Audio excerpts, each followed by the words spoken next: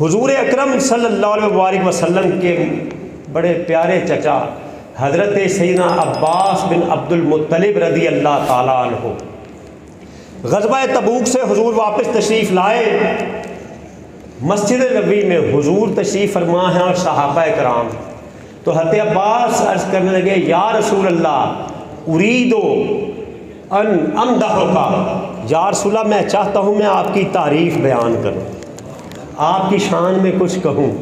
پتہ چلا میں اور آپ جو یہ اکٹھے ہو کر حضور کی تعریف کر رہے ہیں یہ کوئی نیا کام نہیں ہے، یہ حضور کے سامنے صحابہ کرتے رہے ہیں. اور حضور نے فرمایا چچا جی رکیے گا، تعریف بعد میں کرے، پہلے میں یہ دعا دیتا ہوں کہ اللہ آپ کے منہ کو سلامت رکھے.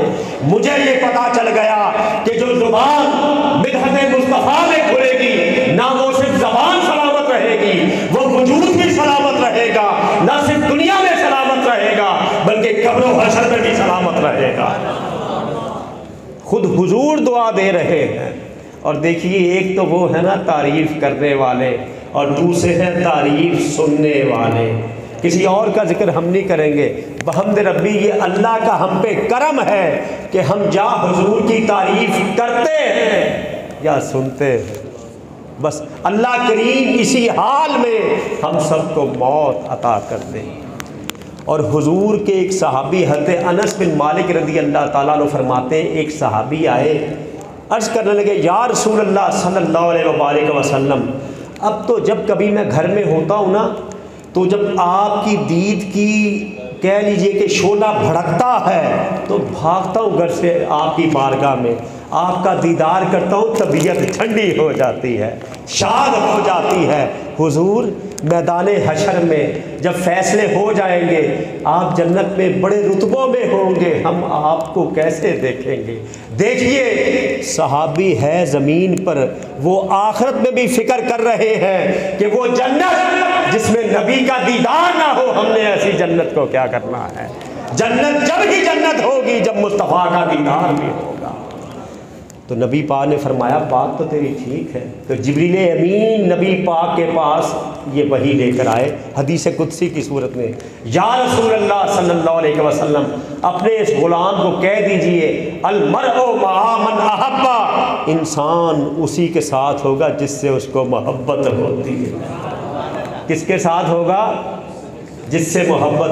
اور بحمد ربی ہم اہل سنت و جماعت یہ نبی کے غلام، ہمیں پوری کائنات میں اگر سب سے زیادہ محبوب ہستی نظر آتی ہے تو وہ ذات مصطفیٰ ہے، وہ حضور کی ذات ہے کہ ہمیں حضور جیسا کوئی اور نظر ہی نہیں آتا. اور پھر حضرت انس بن مالک فرماتے ہیں جب حضور نے یہ کہا تو میری طبیعت خوش ہو گئی کہ شکر ہے یا اللہ میں تو حضور سے محبت کرتا ہوں، کل میدان حشر میں میرا ساتھ محمد مصطفیٰ کے ساتھ ہوگا. ایک اور صحابی آیا، دیکھیے صحابہ کا اللہ بھلا کرے، اس لیے ہم کہتے ہیں نا اہل سنت و جماعت کہ ہر صحابی نبی جنتی جنتی، اونچی ذرا، ہر صحابی نبی جنتی جنتی. صحابہ حضور سے سوال پوچھتے جاتے، حضور جواب دیتے جاتے اور اہل سنت کو نبی کی محبت کا طریقہ پتہ چلتا جاتا. ایک اور صحابی آیا، اس نے پوچھا یا رسول اللہ قیامت کب آنی ہے؟ پتہ چلا صحابہ کا یہ عقیدہ تھا جس ذات کا نام محمد مصطفیٰ ہے ان کی آنکھوں سے کوئی شے پنہا نہیں ہے. ہمارے اس خطے کے کتب دوران جن کے مریدین ادھر بیٹھے ہیں حضرت گنجے کرم پیر سید محمد اسماعیل شاہ بخاری رحمۃ اللہ علیہ، اگر میں یہ کہوں کہ وقت کا وہ ابن عربی تھا یہ کوئی مبالغہ نہ ہوگا. ان کے پاس کوئی لوگ آتے حضور کے علم پر بات کرتے، کہتے اللہ تعالیٰ نے تو قرآن میں فرمایا ہے وَعَلَّمَ آدَمَ الْأَسْمَاءَ كُلَّهَا، اور نبی مولوی کلی تے لڑی جاندے نے، رب نے کلا کیا ہے؟ رب نے کلا فرمایا ہے کہ محبوب جب میں نے اپنا آپ ہی نہیں تجھ سے چھپایا تو پھر کائنات کی کوئی شے تجھ سے پنہا رکھی نہیں ہے. یاد رکھیے گا کائنات اولین و آخرین کی سب سے مستور حقیقت ذات خدا بندی ہے. جب معراج کی رات سال کے کائنات نے اپنا دیدار کرا دیا پیچھے کیا رہ جاتا ہے؟ جب اپنا دیدار کرا دیا تو صحابی بھی آئے، نبی پاک نے یہ نہیں فرمایا مجھے کیا پتا، یہ تو اللہ کو پتا، نہیں، حضور نے مہر لگا دی، میرے صحابہ مجھ سے پوچھو، اللہ کی عطا سے، میں اللہ کے فضل سے ہر شے کا علم رکھتا ہوں، میں تمہیں بتاؤں گا۔ نبی پاک نے فرمایا تیری تیاری کیا ہے، کیا تیاری ہے تیری؟ اب سنیے گا صحابہ کا عقیدہ، صحابہ نے جو جواب دیا وہی ہمارا جواب ہے۔ صحابی نے کہا حضور تیاری تو کوئی نہیں، لیکن اللہ سے اور آپ سے محبت کرتا ہوں۔ اور ساتھ ایک حدیث میں یہ بھی فرمایا حضور کوئی نماز روزہ زکوٰۃ میرے پاس اتنے نہیں ہیں، لیکن آپ سے اور اللہ سے محبت کرتا ہوں۔ اس موقع پر بھی حضور نے فرمایا المرء مع من احبا، انسان اسی کے ساتھ ہوگا جس سے اس کو محبت ہوتی ہے۔ دیکھیے یہاں میں آپ کی توجہ دلانا چاہوں گا، صحابہ کی نماز ان جیسی نماز کوئی نہیں، صحابہ کے روزے ان جیسا روزہ کوئی نہیں رکھ سکتا۔ حضور خود فرماتے ہیں میرا صحابی اتنا خرچ کرے اور غیر صحابی احد پہاڑ جتنا خرچ کرے تو کوئی مقابلہ نہیں ہو سکتا۔ تو صحابہ نے اپنے نماز پر، روزے پر، صدقات پر، خیرات پر بھروسہ نہیں کیا، بھروسہ کیا تو کالی کملی والے کی محبت پہ بھروسہ کیا۔ تو ہم نبی کے غلامان مصطفیٰ اپنے اعمال پر، صدقہ خیرات پر، ذکر و اذکار پر، تلاوت پر اور کسی چیز پر بھروسہ نہیں کرتے، ہم بھروسہ کرتے ہیں تو نبی کی محبت پر بھروسہ کرتے ہیں۔ ہمارا بھروسہ ہے تو ذات مصطفیٰ پر ہے، ہمارا بھروسہ ہے تو ذات مصطفیٰ پر ہے۔ اور دیکھیے گا اللہ تعالیٰ نے ساتھ فرمایا قل بفضل اللہ وبرحمتہ فبذلک فلیفرحوا، اے محبوب تو کہہ دے، قل سے او مائی بیلوڈ پروفٹ، اے پیارے حبیب تو کہہ۔ اب ہم اللہ سے ذرا محبت کی باتیں، سارے اہل محبت بیٹھے ہیں نا، یا اللہ تو جو اپنے حبیب کے ذریعے ہمیں کہہ رہا ہے کل تو کہہ دے، یا اللہ تو ڈائریکٹ کہہ لے۔ قرآن کریم میں میرے دوستو اللہ ہم سب کو توفیق دے ہم پورا پڑھے، 300 سے زائد مرتبہ یہ لفظ کل آیا ہے، فعل امر ہے، تو کہہ دے۔ اللہ ہمیں اصول دے رہا ہے کل کہہ کے کہ میرے بندو جب میں نے تم سے بات کرنی ہو، جب کہ میں قادر و قیوم ہوں، بے نیاز ہوں، مجھے کسی وسیلے سہارے کی ضرورت نہیں، جب تم سے میں نے بات کرنی ہو مصطفیٰ کو درمیان میں لاتا ہوں تو میری بارگاہ میں تم نے آنا ہے تو میرے حبیب کا وسیلہ، میری بارگاہ میں آنا ہے تو میرے نبی کے ساتھ آنا ہے۔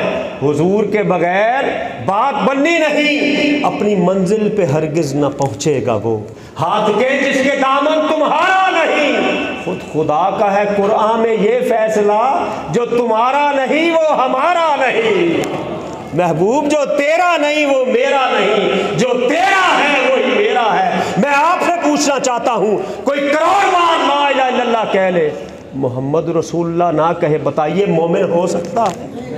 اونچی، اچھا محمد رسول اللہ بھی کہہ لے اور حضور کو آخری نبی نہ مانے، بتائیے مومن ہو سکتا ہے؟ فیصلہ ہوگا تو محمد مصطفیٰ کی ذات پہ ہوگا۔ کروڑ بار کیا ارب بار بھی کلمہ توحید پڑھ لو، جب تک حضور کا نام نہ لوگے بات بننی۔ تو حضور کا دیکھیے ایک ہے حضور کی محفل سجانے والے، اور کچھ وہ بھی مہربان ہیں جو بدعت کا فتویٰ لگانے والے، ہم ان کی بات نہیں کرتے، منہ کا ٹیسٹ خراب نہیں کرتے۔